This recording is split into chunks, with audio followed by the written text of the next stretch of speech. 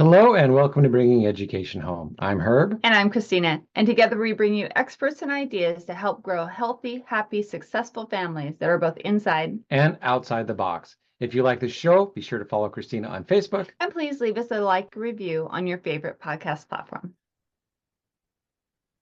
I now have the pleasure of introducing Roger Bequet. Roger is a lifelong St. Louis native with deep roots in the city's history and a career shaped by service and leadership.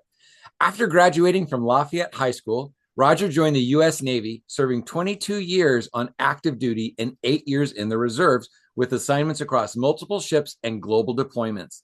Following his military career, he became a serial entrepreneur, real estate professional, and consultant, and is now the CEO and founder of Advisors Commercial Capital, LLC. Roger is also deeply committed to giving back, supporting causes such as veterans organizations, Rotary International, and the Alzheimer's Association. Welcome, Roger. It is a pleasure to have you here today. Thank you so much for joining us. Thank you so much for inviting me. It is something that I have been looking forward to for a while now. So yeah, I'm very, very excited to be here and talk with you and talk with the people on that you broadcast out to. Thank you so very much. And I want to start with thank you for your service. We very, very much respect our veterans and we appreciate those who have served us and then have come back and are serving yet again, like you're doing now. So thank you very much. I have to admit on that, I give my wife all the credit. Uh-huh. She is the one who kept the home fires burning. I just went out and played in the water. Yeah. So I also have a lot of respect for the veterans. I hurt my head. And during my recovery, I ended up at a facility that helps veterans. And I went through a treatment process with a few other veterans, even though I'm not one. And the plight and their story and the week that we spent together doing that work really brought home a lot for me. And the fact that it really was a place where for veterans to go, that they let me in. Honor. Very great honor. And so yes, thank you for your service. And a lot of what we do is also to try and help that community as well. So thank you. Speaking of veterans, one of the things that I try and do in the financial education aspect is to help especially the younger service members when they are getting out. And there's a time frame where they have money, but they just really don't know what to do with it in a constructive manner. They know how to spend it.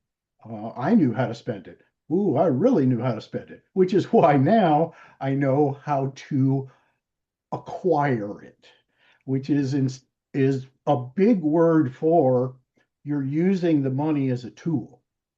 So one of the things that I'm trying to do with my ebook is have people understand that if you use your money as a tool, your money can make money. And that's called another income stream. So that is really what I'm trying to do right now, along with my companies, but I'm trying to present in a very, very, very informal way how to make your money work as a tool. I'm not trying to make you rich. I'm not telling you how to do it. I'm just showing you the tools that you can use to develop your very own plan for the future.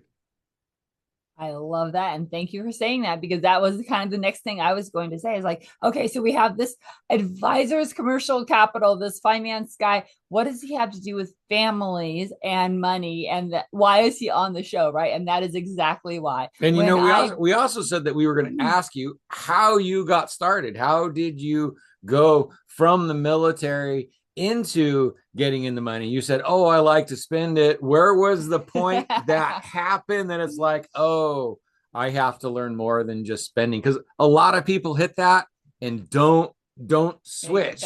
Don't switch. So where was that switch for you? Why was that important? And how did that work for you?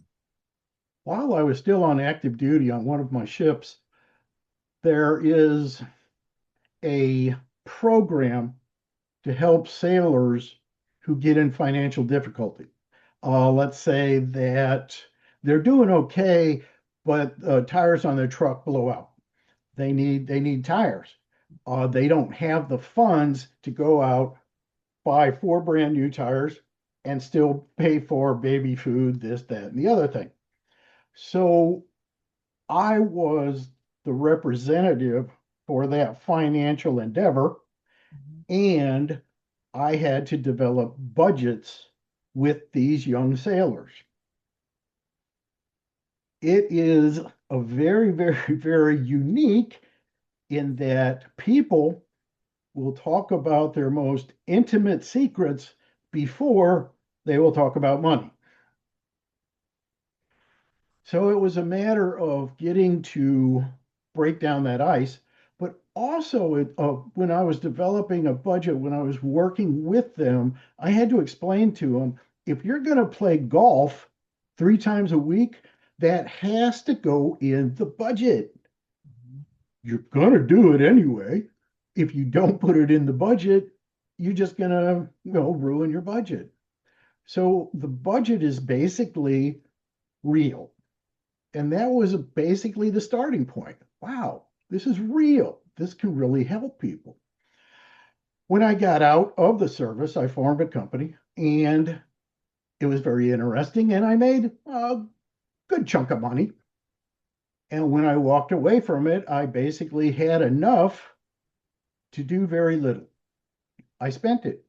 I had a great life. I have a great life. But the point is that I didn't save properly. Okay. Formed another company, and that company failed. That company blew up. So now I am at the bottom looking up. I got into real estate as an agent, and all of these people required capital to buy the house. Okay. And then I started working for investors. Again, they needed capital to buy their investment properties.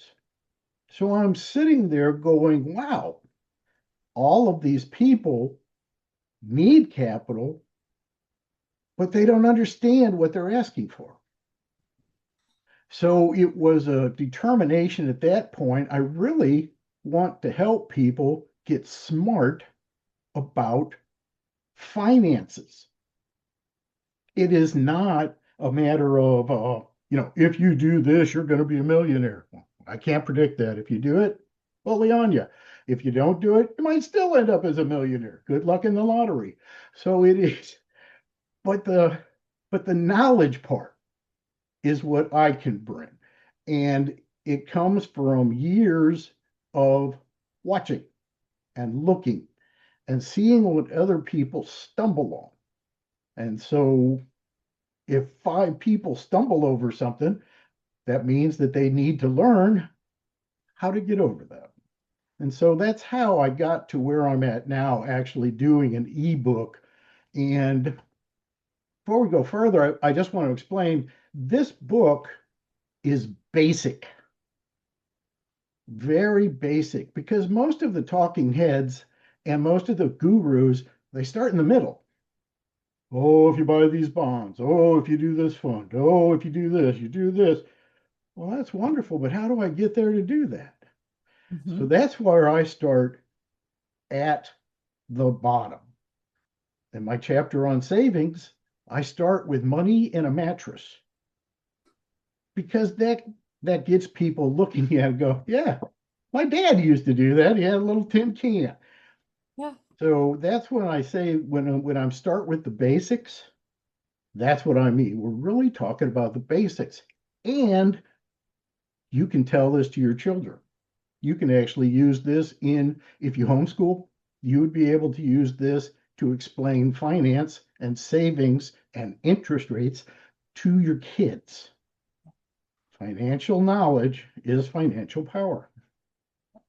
And that's exactly why I wanted you on the show, is because we wanted to talk a little bit about this, in the family kind of mode now. I mean, you're so knowledgeable for the veterans, for business, etc. But you also really have a heart for family, and you wanted to say, hey, families, let's talk about these things really quick and make sure that you know where you're going. So what's one tip that you can give to our families right now? Where can they kind of start to understand, and then maybe turn that into help me turn it into kid language?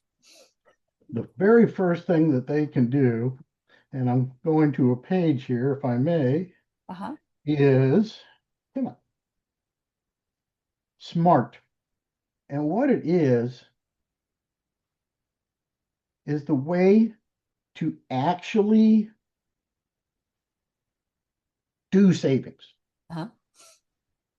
At the end of the chapter, I have a worksheet and to self-evaluate what they are currently doing. And simple questions. Where do you currently have your savings? And cash at home, traditional savings, etc., etc. Do you know your current APY? Yeah, see, there's the look on the face. What is APY? It talks about it inside the chapter. The APY is your annual percentage yield. When your interest is being compounded on your savings account at the end of the year, the money, that is your annual percentage yield. The APR is the annual percentage rate. That's just what it is. Yeah. But the APY depends upon how much money you have. And there's like 5 or 6 different steps that I explain. So it is a matter of, you're going to be able to look at this and go, there's things in here I need to know. Do you know which banks or credit unions in your area have the best interest rates? Yes? No? Find out. Does that mean go on the website? Does that mean make phone calls? What does that mean? Walk in and all you talk got to do is go online. Literally, if you type into a search engine and you put on there who has the highest ARY in the greater whatever area, it's going to tell you. Cool. With regard to the SMART savings plan, make your goals specific, measurable, achievable, realistic, and time bound. How much do I want to have in savings by this amount at this time? And then work backwards. But you got to be realistic. Yeah. Yeah. Because it's something that families can do, right? Mom and dad can sit down and do it. And then they can bring the kids in and say, hey, we're planning for this vacation. We want this much in the account to go. Let's work it backwards, right? And how can we save a little bit each month to hit that goal to get there in time? Yeah. And we've had a business fail before, and it was doing well, and then it wasn't. And as it stopped, we kind of stopped paying attention and doing a lot of the money stuff because we knew we were in trouble, but we didn't have a way out of it. So there is this avoidance aspect of it too. So there's a lot of people who know that they need more financial help, but there's also this like, that's really painful. I don't want to have to look at it. And I'm kind of making it work, but it's a real struggle. How do we get to those people? Because those really are, it's like they just need a little bit of help and a little bit of focus, and really they'll be able to start taking control, but they have these blinders up. Been there, done that. And that's one of the reasons why the name of this book is Knowledge is Power. When you are in a space where everything is coming at you, everywhere you look, that's what you see. And everything seems like it's about that far away from you. Yeah. One of the strangest things in finance, most of the biggest and most successful businesses have been born during times of financial difficulty. if you look at them, they're just like, whoa, I didn't know that. Really? They did that? Because you have to be able to, and this is the experience talking, you have to be able to look past the, I call it the oh shucks moment. And you have to look past that. Because if you can't look past oh shucks, that's all you can see. You have to be able to stop and go, what is on the other side? Where do I want to be? When you know where you want to be, then you can start developing ways to get there. But getting past that aw shuck is just, it's tough. Yeah. But it's tougher to not get past it. So for the people that are, in a tough spot, and right now, trust me, there's a lot of people in a tough spot. I'm not going political, but there's a lot of people in a tough spot right now. So being able to get past that, to look at, okay, let's look at our finances. We know it's not pretty. We know that. Okay, we acknowledge that. Now, what do we do? Do we call up the bank and tell them what's going on? Yes, every time. Okay. Do we call up family and friends and say, hey, listen, I'm in a bit of a pickle? Yes, every time. Yeah, You can't get out of a hole without a ladder. that's true. So if you're behind on payments to a bank, call up the bank. Tell them. Let them know. They don't want your house. They don't want your furniture. They don't want any of that stuff. They want to be able to get the money, and they understand that they might not get all the money at once. So that in answer to your question, how to come across to the people that are going, it's tough right now. Just being able to stop, look over the aw shucks, figure out who is being affected by your not being able to pay, and work with them. I think one of the main things there is not only, working with the banks and the institutions and things like that, but to also get over it, because it's also harming your family. We unfortunately did it, right? When we were having difficulties, we hid it from our kids, and they could tell. They knew something was going on. They didn't know what it was. We were grumpy. They were grumpy, back and forth. And it's like, but if you can have a age appropriate conversation in the family, Yeah. things aren't going well and we're going to work on it. It gives everybody that brighter future, that next step forward, right? And it's not easy to do. Yeah. And we didn't do it, and we should have. Yeah. And the stuff you're talking about is every psychologist, every therapist, every coach, every life coach is basically going to give you some of the same advice. It's like, if you turn away from your problems, they're going to bite you in the butt. It's the whole bison thing, the buffalo. You turn and you walk into the storm. And that is so difficult again in the psychological realm, is because so many people match their identity with how much money they make. And they think that I am this money, instead of, oh, this money works for me. It's like, no, I am this. And then when that goes away, they feel less than, and it's hard to look at yourself when you feel responsible for going bankrupt like I did.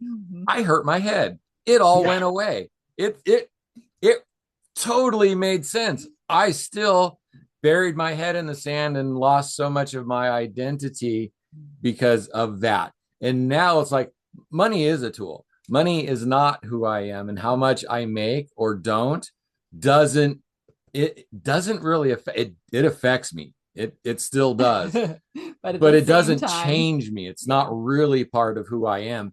And even years into this, I'm still at that edge and probably always will be, because that's part of also the human condition. There is one thing with what you just were talking about. In a family where the parents are in a difficult situation, depending upon the age of the children, that would be a pretty good teaching tool. Kids,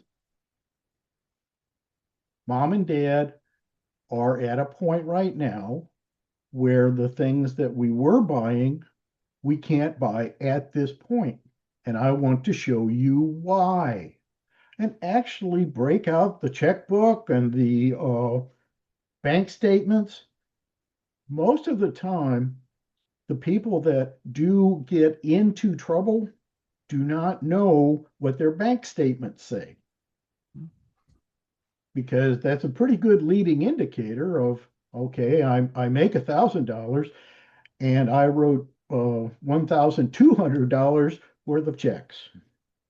That's a pretty good indicator that something is amiss. And you can show that to your children. And then you can also, as you are building a business model, every family should think of themselves as a business. You have money coming in, you have money going out, and what is left over is profit. That'll save you a lot of trouble right there. But the point is that you're showing your kids responsibility. Guys, this is what we did, and this is the cause, and this is the action.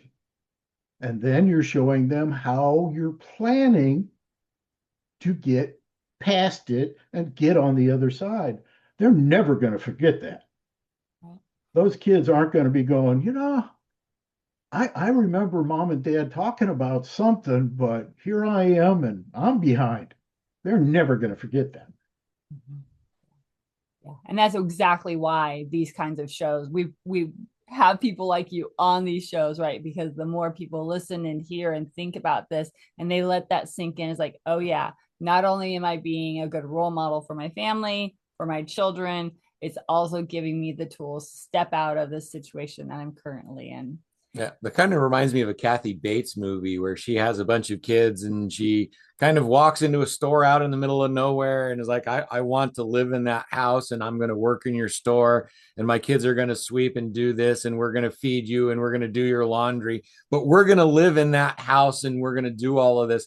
And she built the life and it's like, it was hard on her. It was hard on the kids. The kids had to do all the work, but that is that character, that role model. It's like, no, when you sometimes have to do what you have to do. And she did that in front of her family and the family came up and it's like a really, really strong story.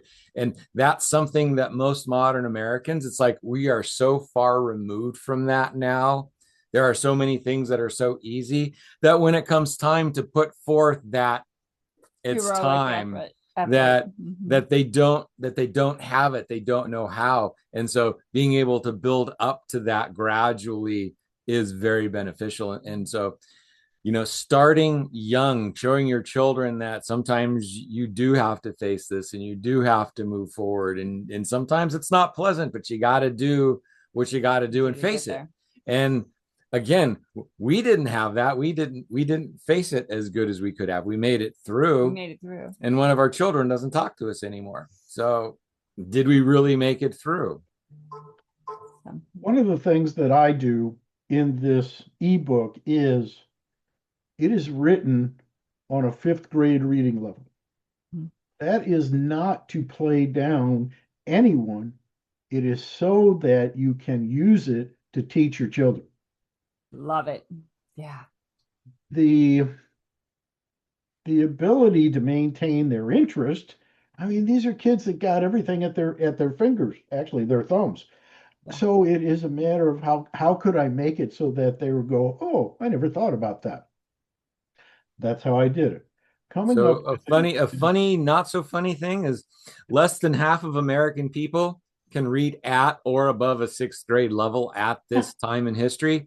So writing your book at a 5th grade level, you're going to reach a lot more people who could probably actually use that information. Because if you can only read at that level, then your financial knowledge isn't probably all that great either. So in a way, writing it at the 5th grade level is incredibly appropriate to reach the people you're most trying to reach. For a while, I lived down in Southwest Missouri. Southwest Missouri is poor. There is no other way to put it.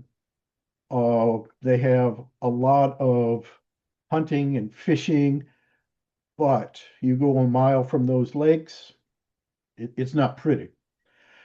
And my business, that's one of the reasons why my business failed, is because the people down there, even I had a business where it actually, the service was paid for by the government, it came out of taxes. And these people are so poor, they don't pay any taxes.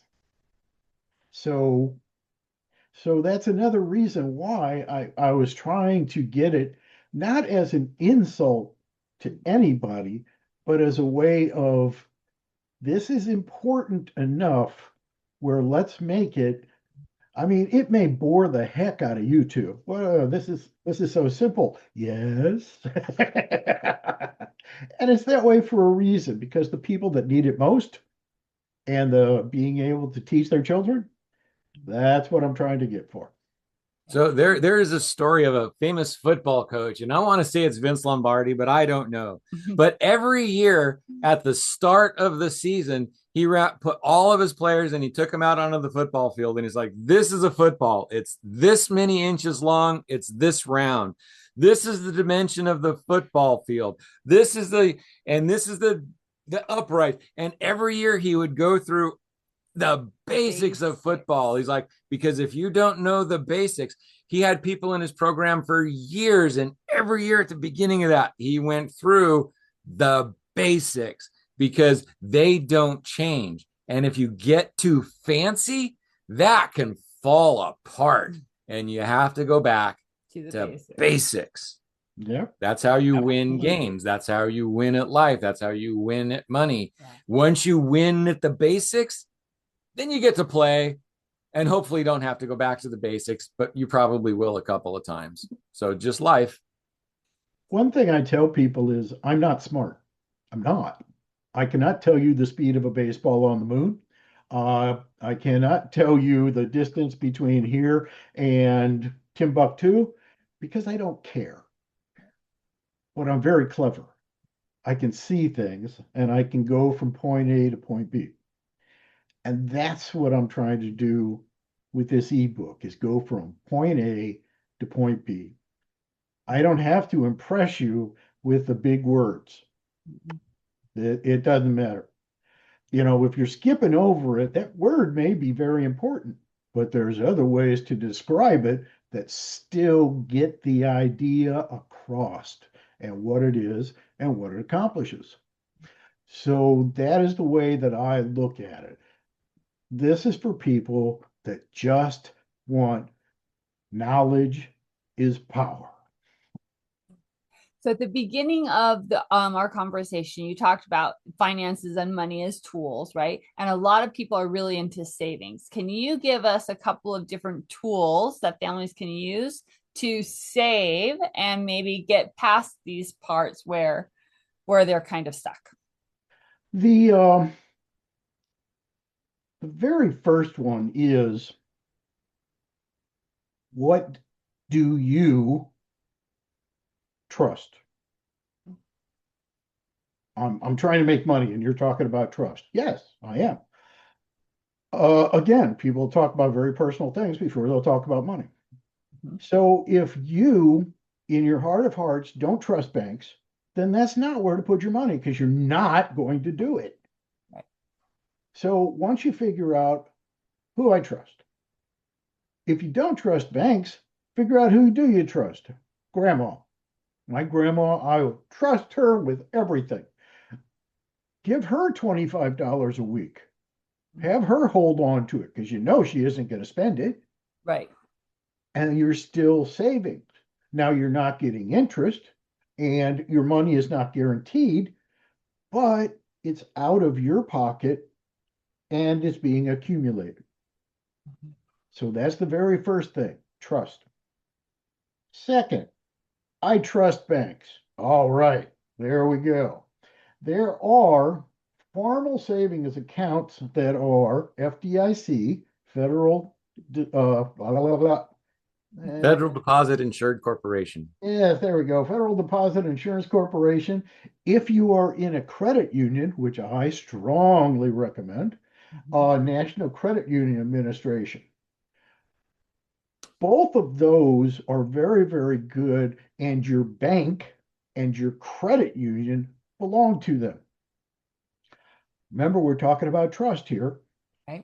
Because of the fact that they are actually insured by the federal government, your money in there, not your interest, but your money in there is guaranteed if the bank defaults. If the bank defaults, you will get your money up to $250,000 per account. That's one of the things people don't understand. They think, well, it's 250,000. I got more than that. Well, then put it in a second account. Don't be I silly. was going to say, start making different accounts. Once you hit that 250, make another account. Oh, at You're- that you're point, you good. should have your money out of the banks and Well, into yeah, investments. but Anyway, that's a whole nother story. If you got $250,000 just sitting in cash in a bank, this is not your conversation. Remember, we're talking about trust. trust, yes. So and you were asking me what is a way to start. The Yeah. easiest way, quite literally, is just a formal savings account. It's got liquidity. It's insured. You have easy access to it. You go to the bank, pull it out, get on your phone if you've got the app. Yep. And suitable for emergency funds and specific events. A savings account like this is perfect for being able to save enough money to, my car is not the newest thing on the face of the earth, and I know that I'm going to have to put new tires on it this year. So put some money into the savings account. How much the tires cost, and divide that by your number of paychecks. Now, the cons are low yield. Current interest rates are 0.01 to 0.2%. It's not real high. You're not making a lot of money. And Actually, and with inflation, the numbers the way they are, you're losing money at well, inflation is You're doing the advanced calculations. Okay. Hang on there. yeah, because I have a whole chapter on inflation Mhm. explaining what it is, how it affects you, and how to beat it. But yeah, that right now we're just talking about the pros and the cons of savings accounts. Savings. So no checks and fees at some institutions. And that's what this ebook does, is it gives you the pros and the cons. Mhm. Like I said, I'm not trying to tell you how to be rich. I'm not telling you how to do your money. I'm just showing you the pros and the cons, and that's the basic. Now they have another one, is the high yield savings account. Mhm. Most people have never heard of that. They don't know, they don't even know it exists. I have money in a savings account. I opened it 40 years ago, and I take money in, I take it out, I take it in, I take it out. A high yield savings account, usually online, so this is one of the cons, is that you have to have a computer access to really make the best of this offer, and dramatically higher interest rates due to lower overhead costs, and very competitive. Your money is still insured. Often online only. Pros, much higher returns than traditional savings, and no minimums at many institutions. That right there is a wonderful thing. You mean by doing absolutely nothing different, I can get a higher return? Mhm. Uh-huh. so usually for those, if I recall correctly, you have to lock your money down tighter. So it's not quite as liquid. But so, but if you are saving for something, that's actually beneficial to make it slightly more difficult for you to get at it. It doesn't mean it's gone. It's just like you maybe set it aside for 3 months where you can't reach it, or 6 months where you can't reach it. Well, that's a different savings account. To get that, what you just said, I want to put it aside for 3 months and I want to earn a higher, that's a CD. By using a CD, you already know that you're not going to get your money back before X time. But guess what? There's a CD that you can get your money back at any time. Cool. Right. You just have So to the do your cons research. of this is it's not offered the high yield. The cons are it's not offered at all banks. Rules and requirements differ at each bank. This is part of the knowledge thing. Mhm. What do I need to know to do this? This is different at every bank. So you go to your bank and you ask them, do you have a high yield account? Yes, we do. Are there rules? Yes, there are. What are they? But if you didn't know about it, you didn't know to ask. Right. Knowledge is power. And And the money banks don't market, want to pay you higher interest rates. So it's kind of security by obscurity. Yeah, they Yeah, don't they tell you have all it, about it. but they don't let you have it quite so way. well, when I on the chapter on interest, the very first thing that I explain is how you get interest in your savings account, where it comes from. It doesn't fall from the sky. Yeah. When you put money into it, the reason why you get interest is because the financial institution is lending that money out. Now, this is the strange part. When you get a bank loan, you may be getting your own money back. I hadn't thought about that way, but you're right. Yeah, and the bank keeps the arbitrage. So, oh, another one of those big words. Another one of those big words. Arbitrage, Well, the difference yeah. in interest rates. They're paying Amortization. 2, they're getting 7, they're keeping 5. 5% is what's called the arbitrage number, the difference in interest rates where the profit Right, is yeah. made by the bank. Banks are a business. They are there to make money. Yep, they are. And so are private lenders and other. Yeah. So there was one other special savings account that we wanted to talk about for families that a lot are aware of, but then they kind of forget about. It's like a student savings account, something you can start with for your littles when they are just getting, right after they're born, and then you don't have to worry about the big college bill and things like that. I have, oh, that's why. I have, because you asked me about that, and I have added that into the chapter. Okay. There are different flavors for different ages. And because of the fact that they are different, once again, knowledge is power. Just power. You are, by understanding what it is, if you're wondering what I'm doing, I'm trying to get that information. Savings. Yeah, I know. Yeah. Sometimes it's this at a state level, sometimes it's at a See, bank level.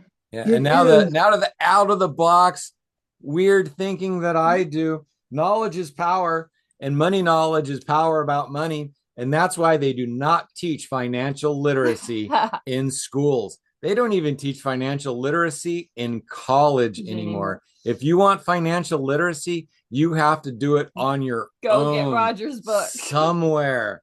So because why? Yeah. Because if you have knowledge about money and you are able to take that control of that power in your life, then you're not going to be dependent on the banks, and they don't like that. The thing that I have found with regard to people making money and people spending money, if you have a knowledge of what you're spending, you are 90% ahead of everyone, including the banks. Well, how can that be? Because you know what you're spending. I have this amount that I have.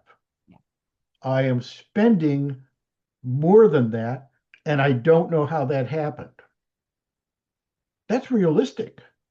I don't know how that happened. If you have this amount and you say, okay, it doesn't matter if you put it in a mattress, put it in a bank, put it in a jar. I would recommend a bank, Mhm.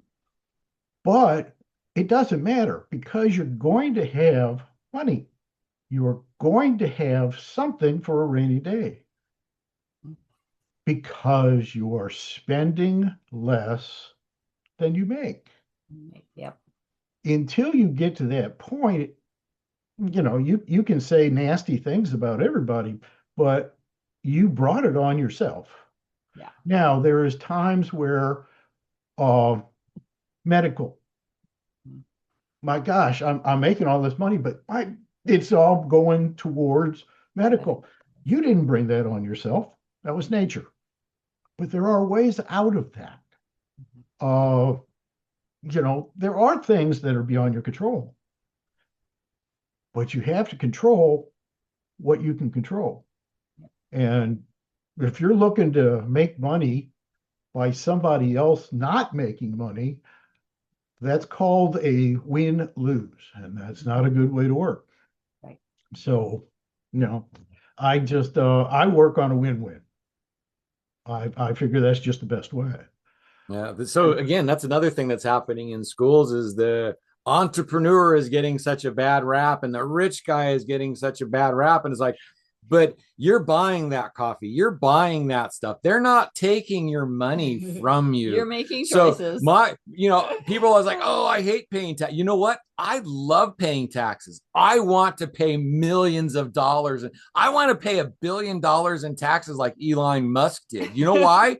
Because that means I got a lot of money to pay $1 billion. So this whole idea and understanding and relationship with money with people really needs to change, because it's like, oh, I hate it, I don't want to do it, it causes all these problems. It's like wrong attitude, and if you keep thinking that way, you're going to keep getting those same results. So we're going to let them figure out now how to get Roger's book, the name of the book, and where to get it, and how to get a hold of you so they can keep more of their money and have a better relationship.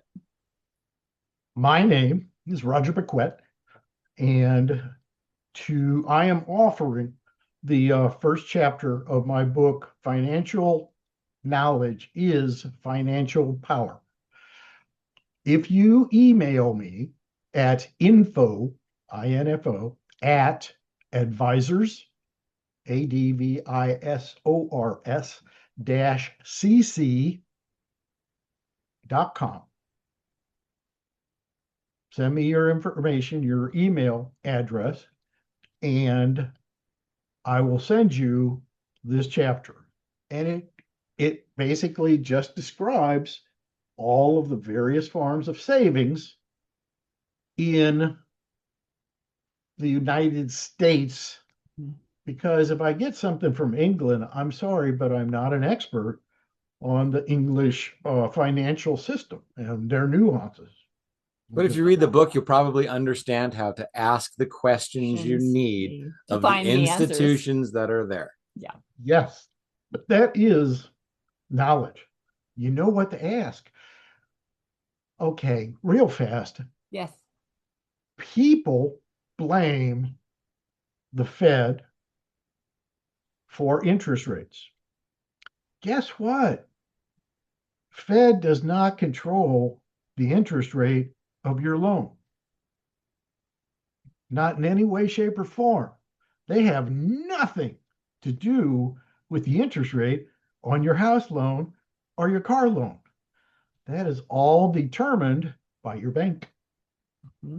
When you know that, now you know, well, if they're determining it, let's see if I can kind of bid this out. Let's go to this bank. What do you offer? Let's go to this bank. What do you offer?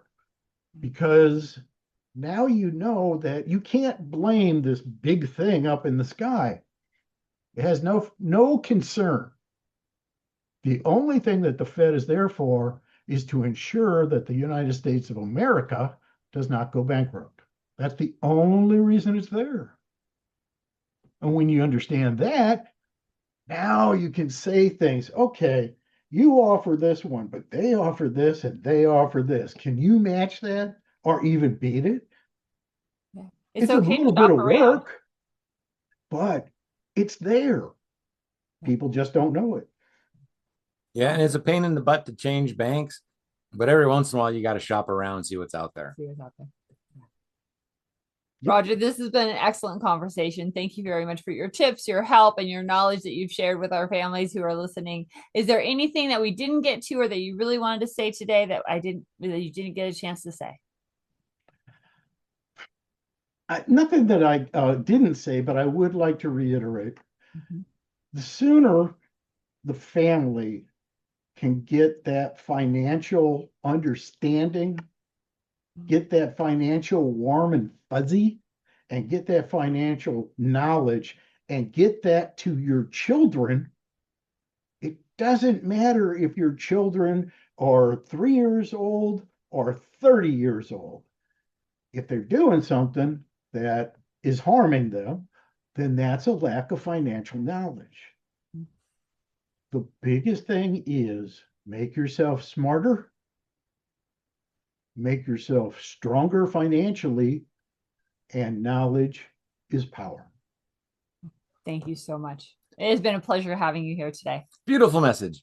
And again, so many people bury their head in the sand, and you took that, and instead of burying your head, you brought it out and you are helping other people. And so you took this dark subject, you fought the dragon, you got the knowledge, and now you're trying to share it with the world. That is the hero's journey. So what you are doing, trying to help people, it's like you are making the world a better place. And, you know, sometimes when you're in the grind, it doesn't necessarily feel like it, but you are a hero improving the world. So thank you for being here today. And thank you for doing what you do.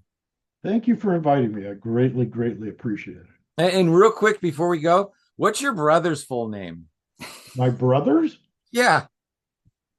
Dennis Allen. Yeah, what's his last name? Bequette. Right. That's what I was getting at. So even within the family, it's like, so thank you, Mr. Bequette, and your brother, Mr. Beckett. So I just kind of wanted to bring that up. It's a nice little chuckle at the end for our guests. We had a fun chat about names before the show. Because we have a weird one and I had to know how to pronounce it. So thank you again, Roger, for being here. It has been a pleasure. Mine too. Thank you. All right, audience, thank you so very much for being here today. And don't forget, we drop a brand new show every single Friday. Come back to Bringing Education Home at your favorite podcast platform on YouTube. You can find us there as well. Come help other people find by liking and subscribing. Until next time, bye for now. Hello and welcome to Bringing Education Home. I'm Herb. And I'm Christina. And together we bring you experts